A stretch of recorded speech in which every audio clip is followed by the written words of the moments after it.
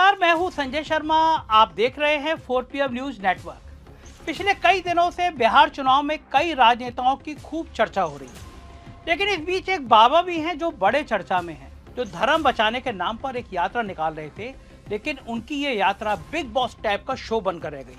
अब देखिए, पहले लोग अपने पाप धोने के लिए गंगा में डुबकी लगाने जाते थे, लेकिन आजकल जिन सेलिब्रिटीज के पीछे सरकारी एजेंसी लगी होती हैं, वो सरकार से अपने पाप धुलवाने के लिए बाबा की पदयात्रा में शामिल होते हैं। धीरेन्द्र शास्त्री जी की पदयात्रा में भी कुछ ऐसा ही देखने को मिला, जहां कई सेलिब्रिटीज और राजनेता शामिल हुए। सबसे खास बात यह रही कि इस यात्रा में खास तौर से वो लोग शामिल हुए जो या तो सरकार के एजेंडे के साथ खड़े दिखते हैं, या वो जिनके पीछे सरकारी तंत्र हावी है, डंडा लेके पीछे पड़ा हुआ है। तो वो ऐसे कौन कौन से बड़े नाम थे जिनका यात्रा में शामिल होने का मकसद कुछ और पता चलता है, बताएंगे आपको इस रिपोर्ट। भारत देश को पहले कृषि प्रधान देश कहा जाता था, लेकिन 2014 में मोदी जी के सत्ता संभालते ये देश बाबा प्रधान देश की ओर बढ़ चला है, जहां पर ऐसे ऐसे ढोंगी बाबा की जय जयकार होने लगी है जो अपनी प्रसिद्धि के लिए कुछ भी कर सकते हैं। आजकल के बाबाओं को इंटरनेट पर वायरल होने का शौक चढ़ाया हुआ है। ये बाबा काम कम और सेलिब्रिटी ज्यादा लगते हैं। इनमें से एक प्रमुख नाम है पंडित धीरेन्द्र शास्त्री। बहुत बड़बोले हैं पंडित जी।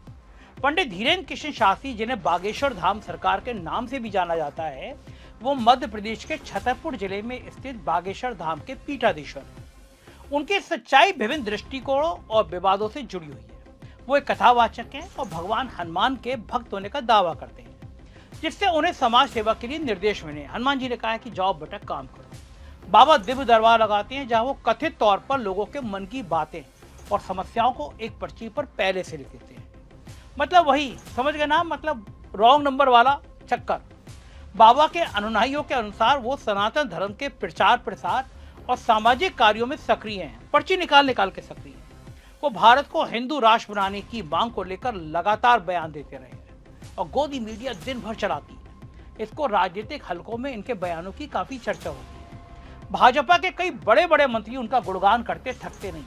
पहले आशाराम का भी गुणगान करते थे, पूर्व प्रधानमंत्री आशाराम के साथ डांस करते थे। और हो भी ना, क्यों ना हो। जिन बाबा को प्रधानमंत्री अपना छोटा भाई कहेंगे, उनसे तो उनकी पार्टी के नेता प्रभावित होंगे। देखिए, ऐसे बाबा के लिए मोदी जी कैसे विचार रखते हैं। मेरे छोटे भाई धीरेन्द्र शास्त्री जी काफी समय से देश में एकता के मंत्र को लेकर लोगों को जागरूक करते रह रहे हैं। अब देखिए, मोदी जी अपनी राजनीतिक रोटियां सेकने के लिए कुछ भी कर सकते हैं, कुछ भी कह सकते हैं, लेकिन कई तर्कवादी बाबा के दावों को अंधविश्वास फैलाने वाला बताते हैं और उन्हें अपनी शक्तियों को सार्वजनिक रूप से साबित करने की चुनौती देते रहते हैं। मीडिया रिपोर्ट के अनुसार धीरेन्द्र शास्त्री एक कथा के लिए लगभग 3.5 लाख रुपए तक लेते हैं। हिंदू राष्ट्र धर्मांतरण जैसे मुद्दे पर उनके बयान अक्सर राजनीतिक विवादों को जन्म देते हैं। उन पर लोगों को बरगलाने और यहाँ तक कि संपत्ति पर कब्जा करने जैसे आरोप भी लगे। सोचिए, जब इस तरह के विवादित बाबा हिंदू एकता पदयात्रा निकालते हैं, तो उनकी यात्रा में सेलिब्रिटीज का जमावड़ा लग जाता है। इनमें मध्य प्रदेश के मुख्यमंत्री मोहन यादव, खेल जगत के सितारे शिखर धवन, द ग्रेट खली और उमेश यादव भी शामिल हैं। अब जैसा कि हमने आपको बताया कि मोदी धीरेन्द्र शास्त्री जी को अपना छोटा भाई बताते हैं, तो जाहिर है कि उनके नेता मोदी जी को खुश करने के लिए उनके छोटे भाई की यात्रा में जाएंगे। यही कारण है कि धीरेन्द्र शास्त्री की पदयात्रा में भाजपा के बड़े से बड़े नेता और मंत्री शामिल हुए। लेकिन इनमें से सबसे प्रमुख चेहरा रहा मध्य प्रदेश के मुख्यमंत्री मोहन यादव का, पर्ची वाले मुख्यमंत्री का, और दिल्ली की सीएम रेखा गुप्ता का। इन्होंने बढ़ चढ़कर धीरेन्द्र शास्त्री की यात्रा में हिस्सा लिया और ऐसे समर्थन दिया जैसे धीरेन्द्र शास्त्री कोई बहुत बड़ा क्रांतिकारी काम कर रहे हैं। देखिए, ये तो ब्रज का धाम है, कृष्ण कन्हैया लाल की भूमि है। यहाँ तो कण कण में भगवान है और भगवान का देवस्थान है। क्या सड़क, क्या मकान, सब कुछ महान। हम सब के लिए बागेश्वर धाम बाबा जी ने सामाजिक समरसता को लेकर के एक अच्छा संकल्प लिया और भगवान के धाम, भगवान गोपाल कृष्ण के धाम तक आने का निर्णय ये अपने आप में हम सबके लिए उत्साहवर्धक भी है। मैं बाबा जी के इस संकल्प की सराहना भी करता हूँ और बाबा जी का आशीर्वाद हम सबको मिलता रहे। सामाजिक समरसता का भाव आज के समय में और ज़्यादा जरूरी है। यशस्वी प्रधानमंत्री के नेतृत्व में जब सबका साथ सबका विकास की बात करते हैं तो ये बोलने से नहीं, करके दिखाने की जरूरत है। आज सड़क पे बैठ के भोजन का भी आनंद लिया, सबके साथ मिलने का भी और बाबा जी से आशीर्वाद लेने का, और ये जो भगवान कृष्ण के धाम मथुरा पहुंचने का निर्णय जो हुआ है, जब भगवान राम अयोध्या में मुस्कुरा रहे हैं, भगवान चाहेंगे तो गोपाल कृष्ण भी बहुत अच्छे से मुस्कुराएंगे। मेरी अपनी ओर से सबके प्रति सद्भावना, महाराज जी की यात्रा सफल हो, ये मध्य प्रदेश सरकार की ओर से मैं आपको बधाई भी देता हूँ। महाराज जी का यश कीर्ति वैभव बढ़ता रहे। भगवान की दया से आप सनातन धर्म की रक्षा के साथ सामाजिक समरसता का भी संकल्प लेके आए। बाबा महाकाल उनको सफल करे, उनको यश दे। लेकिन अब देखिए, भाजपा के नेता मंत्री इस पदयात्रा में शामिल हुए समझ में आता है, क्योंकि धीरेन्द्र शास्त्री की राजनीति भाजपा के हिंदुत्व के एजेंडे पर बिल्कुल फिट बैठती है। ऐसा लगता है कि धीरेन्द्र शास्त्री भाजपा में ना होकर भी भाजपा का काम कर रहे हैं। लेकिन अब सवाल उठता है कि जब बाकी के सेलिब्रिटीज को इस यात्रा में देखा जाता है तो वो क्या कर रहे हैं? आखिर इस यात्रा से उनका क्या लेना देना है? ये सेलिब्रिटी जो ना तो कभी हिंदू धर्म का प्रचार प्रसार करते हैं, ना कभी किसी यात्रा में आज तक नजर आते हैं, तो फिर इनको अचानक ये हिंदू होने की भावना इनके अंदर कहाँ से जग गई? या फिर इनके पीछे कोई ऐसी मजबूरी है जो उन्हें इस यात्रा में खींच लाई? अब देखिए, जब भी किसी विपक्ष के नेता के पीछे ईडी सीबीआई लगती है तो वो अपनी जान बचाने के लिए सीधे सीधे भाजपा का पटका पहनकर बीजेपी की वॉशिंग मशीन में चला जाता है। लेकिन सेलिब्रिटीज के लिए करना थोड़ा मुश्किल होता है, इसलिए वो ऐसा रास्ता चुन लेते हैं जिससे उनकी लोकप्रियता का लाभ भी मिल जाए और सरकारी एजेंसियों से छुट्टी भी। सबसे पहले हम बात करते हैं उन खिलाड़ियों की जिन्होंने मैदान में तो खेल खेला ही, लेकिन अब मैदान के बाहर भी वो राजनीतिक खेल खेल रहे हैं। इनमें सबसे पहले नाम आता है शिखर धवन का। आप तस्वीरों में देख सकते हैं कि किस तरह से शिखर धवन जो इस यात्रा में शामिल हुए थे वो धीरेन्द्र शास्त्री के आगे नतमस्तक हुए जा रहे हैं। मैं बहुत खुश हूँ कि मैं यहाँ पे आया हूँ, क्योंकि बागेश्वर जी की जो सोच है कि जाति पाति ऊंच नीच को हटाना मिटाना इधर से हमारे देश और हिंदुत्व का और बढ़ाना है, तो बहुत खुशी है। और हाँ जी, बिल्कुल एकता में बहुत ताकत है और यही है कि हम सारे हिंदू जो है, हिंदू लोग हैं सारे, वो इकट्ठे हुए और खूब और स्ट्रांग बने और एक स्ट्रांग नेशन बने। अब देखिए, शिखर धवन जो हिंदुत्व का एजेंडा आगे बढ़ा रहे हैं, इन्हीं शिखर धवन के पीछे आजकल ईडी पड़ी हुई है। और वो भी इसलिए नहीं कि उन्होंने सरकार के खिलाफ कोई बयान दिया था, बल्कि इनका नाम सीधे सीधे सट्टाबाजी से जुड़े धन संशोधन मामले में जुड़ चुका है। जी हाँ, इसी मामले में ईडी ने धवन की करोड़ों की संपत्ति को कुर्क कर रखा है। लेकिन लगता है कि इस यात्रा के बाद उन्हें बहुत जल्दी ईडी से क्लीन चिट मिल सकती है, ऐसी बाबा जी के चरणों में लौटे हुए। अब देखिए, पंडित धीरेन्द्र शास्त्री के साथ खड़े होने वाले एक बात क्रिकेटर वही नहीं थे, बल्कि उनके साथ इंटरनेशनल मैच खेल चुके उमेश यादव और कुलदीप यादव ने भी इस यात्रा का प्रचार प्रसार किया। अब देखिए, ये बात तो होगी क्रिकेटरों की। अब बात करते हैं बॉलीवुड के लोगों की। वही बॉलीवुड जिस पर पिछले कुछ सालों में हिंदू धर्म को बदनाम करने का आरोप लगता रहा है।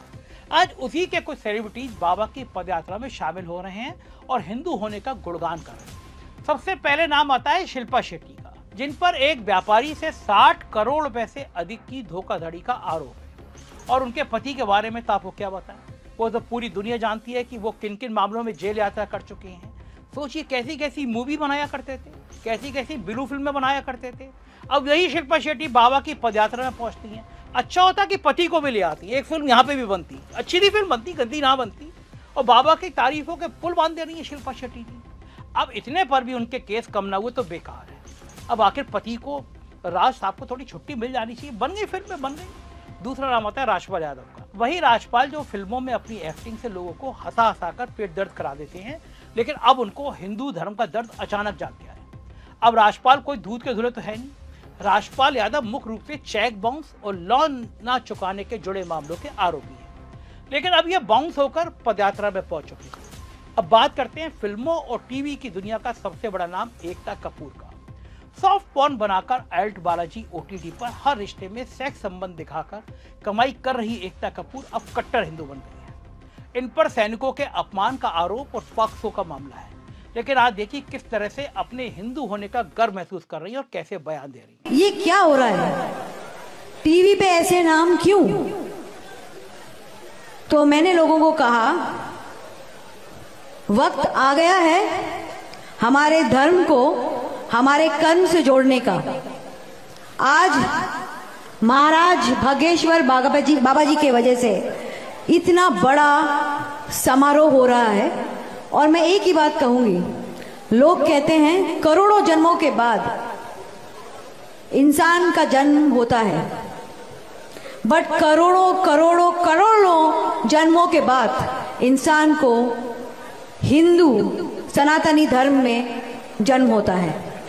ये वो जन्म है जिसकी हमें शायद कल्पना भी नहीं है। ये कितनी बड़ी बात है। रोज हम लोगों को देखते हैं जो एक दूसरे से नफरत करते हैं।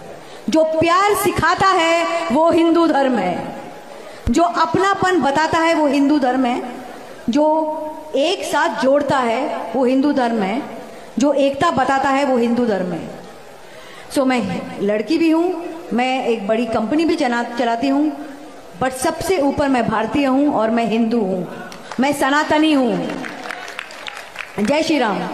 आज मुझे जब बोला गया कि मैं आकर इस समारोह में जुड़ूं तो मैंने एक ही बात कही कि इससे बड़ा मौका क्या हो सकता है कि मैं भागेश्वर जी के सामने अपना एक नया जो कहते हैं ऐप शुरू करूं। ज्ञान और विज्ञान हमारी एस्ट्रोलॉजी से जुड़ा है और बालाजी एस्ट्रो गाइड शुरू करके हम लोगों को ये बताते हैं, क्योंकि अगर इंसान बड़ा है और भगवान उससे भी बड़ा तो उनके बीच है गुरु, और गुरु से बड़ा और इस दुनिया में कुछ नहीं। और हमारे गुरु जो यहाँ बैठे, जो इतनी बड़ी इतनी अच्छी चीज कर रहे हैं, जो लोगों को धर्म प्यार और स्नेह से जोड़ रहे हैं, उनकी मैं धन्यवाद करती हूँ। मैं ये भी जो कहती हूँ कि आज हमने जब जय श्री राम अपने सीरियल में डाला था तो लोगों ने कहा था कि कार्यक्रम में मनोरंजन में भगवान को मत लाओ। ऐसे जिसने जीवन दिया है उसमें से आप भगवान को कैसे हटा सकते हो? हम हैं तो हम में हैं भगवान है, और अगर भगवान का रास्ता दिखाने वाले हैं तो ये संत और गुरु है। Thank you so much. इससे ज्यादा मैं कहूंगी नहीं, मैं कहानियां लिखती हूँ, बोलती नहीं हूँ ज्यादा। Thank you so much. अब देखिए, पद यात्रा में शामिल हुए इन सेलिब्रिटीज का कहना है कि हिंदू धर्म को बचाने की खातिर इस यात्रा में आए हैं, जबकि सच्चाई ये है कि ये खुद को बचा रहे हैं। इनके भक्ति भाव से ज्यादा तो इनके केसों की विविधता चमकती है। धीरेन्द्र शास्त्री की दिल्ली से मथुरा वृंदावन तक आयोजित की गई पदयात्रा का मुख्य उद्देश्य हिंदू एकता को बढ़ावा देना, सामाजिक समरसता लाना और सनातन धर्म के प्रति जागरूकता फैलाना था। लेकिन आप देखिए कैसे इन सेलिब्रिटीज की मौजूदगी में पंडित देवकी नंदन ठाकुर 1992 के अयोध्या का हवाला देते हुए मथुरा जाने की बात कहते हैं। सामने बैठी भीड़ हाथ उठाकर अभिवादन करती है और शिल्पा और राजपाल मुस्कुराते रहते। कौन कौन चलना चाहता है मथुरा की तरफ? याद करो 92 में हमारे पूर्वज गए थे अयोध्या, उसके बाद हमें राम मंदिर मिला है। इतनी मेहनत, इतना प्रयास, इतनी जागरूकता, कौन कौन चाहता है कि पदयात्रा? जोर से बोलना पड़ेगा। कौन कौन चाहता है मथुरा की तरफ चलना चाहिए? इस बार नहीं, इस बार नहीं, लेकिन वो दिन दूर भी नहीं जब हम या वृंदावन से या कहीं से भी जब 1 और 1 11 हो जाते हैं ना, तो याद रखे सनातन की विजय को कोई नहीं रोक सकता। वो विजय होगी होगी होगी, हमें कृष्ण जन्मभूमि का मंदिर मिलेगा। ये पूरा मामला साफ बताता है कि पदयात्रा धर्म से ज्यादा तमाशा बन गई, और इसका सबसे बड़ा आकर्षण वही लोग रहे जिनके ऊपर तरह तरह के केस, जांच और आरोपों का बोझ है। जब नेताओं को राजनीतिक सुरक्षा चाहिए होती है तो वो धर्म की आड़ में चले जाते हैं, और जब सेलिब्रिटीज को ईडी सीबीआई से राहत चाहिए होती है तो वो किसी बाबा की चरण वंदना में लग जाते हैं। यात्रा का नाम भले ही हिंदू एकता रखा गया हो, लेकिन इसमें जो चेहरे दिखाई दिए वो किसी आध्यात्मिक एकता के नहीं बल्कि सेल्फ प्रोटेक्शन यूनिटी के लगते थे। ये भी साफ दिखा कि धीरेन्द्र शास्त्री की लोकप्रियता का उपयोग सिर्फ धार्मिक संदेश देने के लिए नहीं है, बल्कि राजनीतिक माहौल को साधने के लिए भी किया गया।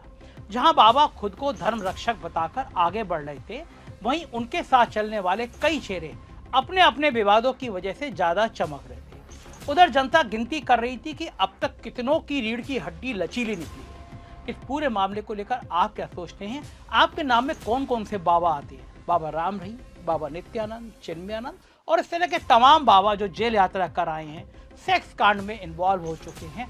ऐसे बाबाओं की कहानी अगर आपके दिमाग में आती है तो कमेंट में जरूर लिखिएगा। चैनल को सब्सक्राइब और ज्वाइन करिएगा। बहुत बहुत शुक्रिया। Thank you.